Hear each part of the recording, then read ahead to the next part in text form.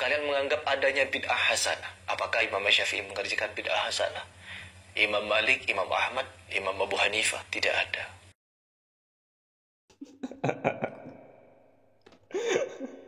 Kita beri tepuk tangan dulu ya.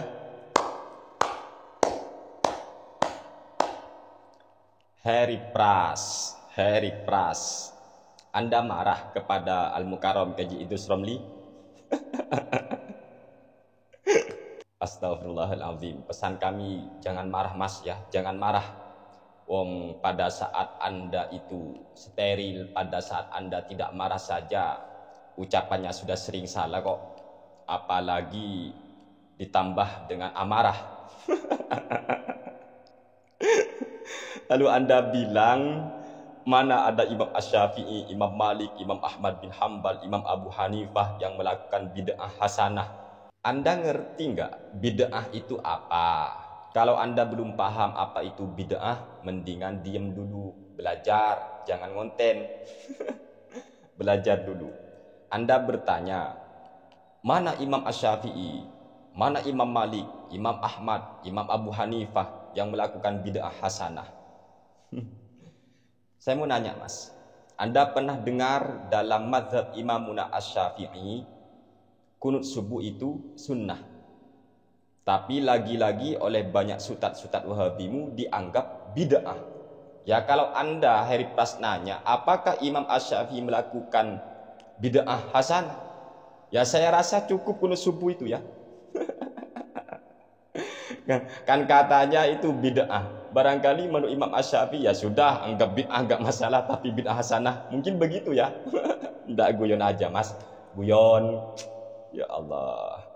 Kemudian banyak sutat-sutat wahabimu yang ngomong bahwasanya ngaji Al-Quran di sisi kuburan itu bid'ah. Padahal Imam Asy-Syafi'i maupun ulama-ulama yang lain menganjurkan kita ketika berziarah ke kuburan ngaji Al-Quran di sisi kuburan. Masih mau nanya apakah Imam Asy-Syafi'i melakukan bid'ah hasanah? Hah? Di sini saya sudah cantumkan semua ibarat-ibarat atau hujah-hujah kami di sini ya. Ada seorang sutat wahabimu mas Harry Pras yang mengatakan bahwasanya Imam Asy-Syafi'i menentang keras, melarang keras ngaji Al-Quran di sisi kuburan. Itu kata salah satu sutat wahabimu. Bahkan para sutat wahabimu itu menghukumi bid'ah ngaji Al-Quran di sisi kuburan. Padahal Imamuna Asy-Syafi'i sendiri justru menganjurkan kita untuk ngaji Al-Quran di sisi kubur ketika kita sedang berziarah ke kuburan. Di sini dalam kitab Al-Majmu' Syarhul Muhadzab, tepat di juz ke-6, halaman 320, Imam An-Nawawi menyatakan, ini terbitan Darul Kutub Al-Ilmiyah, wa yustahabbu ayyaqra'a minal Qur'ani ma tayassara wa yad'u lahum aqibaha nassa alaihi Syafi'i wattafaqa alaihi al-ashabu. Disunahkan bagi orang yang sedang berziarah ke kuburan untuk ngaji Al-Quran yang mudah baginya. Kemudian setelah ngaji Al-Quran di sisi kubur itu, kita mendoakan ahli kubur. Nassa alaihi Syafi'i. Begitulah yang dinas oleh Imam Asy-Syafi'i. Wattafaqa alaihi al-ashabu. Dan disepakati oleh ashab Syafi'i. Masih mau nanya, apakah Imam Asy-Syafi'i itu membagi bid'ah? Melakukan bid'ah hasanah? Masih mau nanya? Anda itu ketinggalan kereta mas. Yang mengatakan bid'ah itu terbagi dua, diantaranya Imam Asy-Syafi'i. Ya kalau Anda gak percaya monggo ngajak diskusi ya. Nanti saya tampilkan ibaratnya. Ini yang jelas sudah ya, Imam Asy-Syafi'i maupun Ashabus Syafi'i menganjurkan orang yang ziarah ke kuburan ngaji Al-Quran di sisi kuburan. Begitu mas ya. Kemudian Anda juga nanya, mana Imam Ahmad bin Hambal melakukan bid'ah hasanah? Coba Anda cek dalam kitab ulama-ulama Hanabilah, ulama yang bermadzhab Imam Ahmad bin Hambal. Kami akan bacakan di sini dalam kitab Matalib Ulin Nuha fi Syarhi Ghayatil Muntaha. Ini karya Imam Ar-Rahibani, ulama yang bermadzhab Hambali. tepat di halaman 935 terbitan Al-Maktabul Islami. Kata beliau di sini, qala al-Marruzi sami'tu Ahmad yaqulu idza dakhaltumul maqabira faqra'u bi Fatihatil kitabi wal mu'awwidhataini wa qul huwallahu ahad waj'alu thawaba dzalika ila ahlil maqabiri fa innahu yasilu ilaihim. Imam Al-Marruzi beliau berkata bahwasanya dirinya beliau Imam Al-Marruzi mendengar langsung Imam Ahmad bin Hambal berkata. Imam Al-Marruzi itu murid daripada Imam Ahmad bin Hambal. Kata beliau, saya mendengar Imam Ahmad bin Hambal, beliau berkata begini, apabila kalian memasuki pekuburan, maka bacalah suratul Fatihah, bacalah al-mu'awwidhatain atau qul a'udzu birabbil falaq dan qul a'udzu birabbin nas wa qul huwallahu ahad, dan bacalah surat al-Ikhlas yaitu qul huwallahu ahad Allahus samad ila akhirih. Setelah itu waj'alu thawaba dzalika ila ahlil maqabiri, jadikan pahala bacaan Al-Qur'an tersebut kepada penduduk kubur, berikan kepada penduduk kubur, fa innahu yasilu ilaihim, sebab sesungguhnya bacaan Al-Qur'an itu pahalanya akan sampai kepada penduduk kuburan. Wa kanat hakadza adatul ansari fi taraddudi ila mautahum yaqra'unal qur'ana.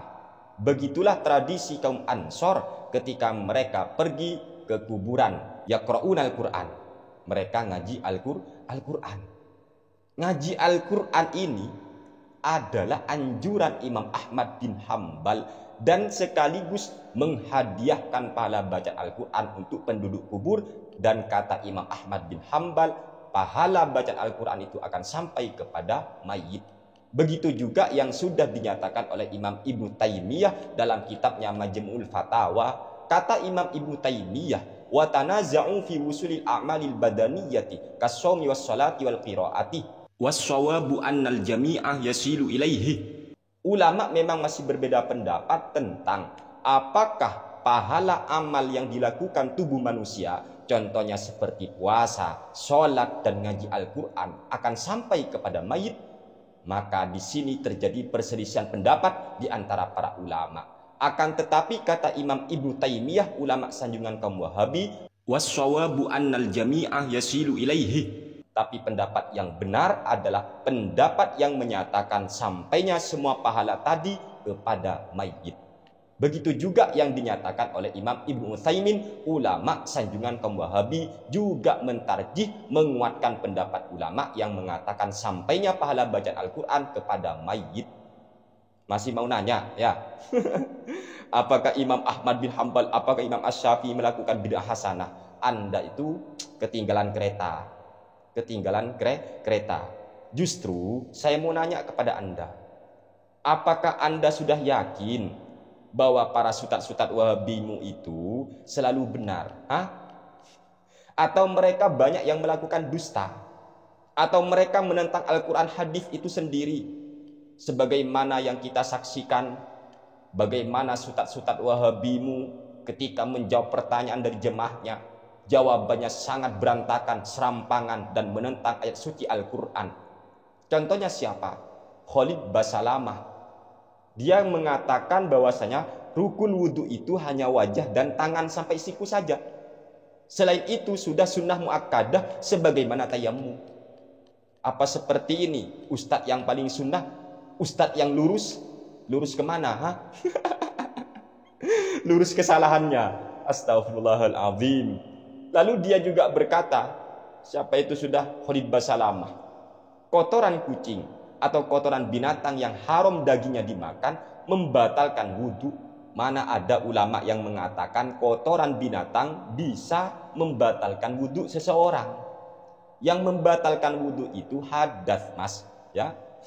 Dan itu jawaban Khalid Basalamah gitu, serampangan. Ini bukan jawaban bid'ah, Ya sudah, kalau Anda mau ngamalkan pendapatnya Khalid Basalamah, ya monggo, wudhu cukup wajah dan tangan sampai siku.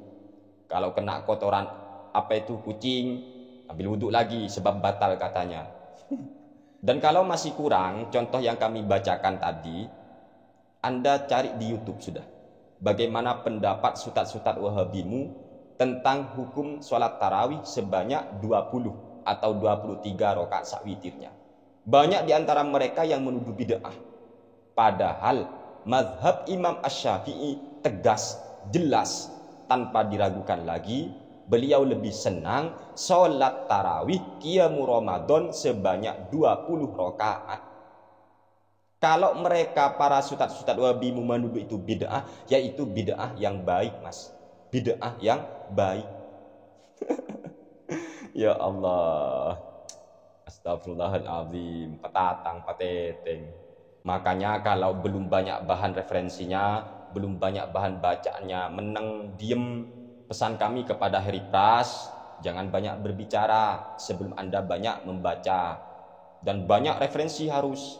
Jadi orang itu harus banyak referensi. Kalau cuma bahan bacaannya Google, apalagi cuma sepotong-sepotong terjemahan, berbahaya.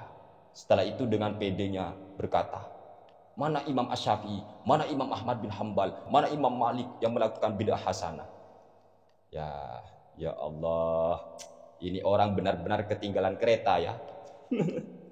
Lain kali harus banyak berpikir sebelum berbicara ya. Semoga apa yang kami sampaikan bermanfaat untuk kita semua. Amin ya rabbal alamin. Kurang lebihnya kami mohon maaf yang sebesar-besarnya. Wassalamualaikum warahmatullahi wabarakatuh.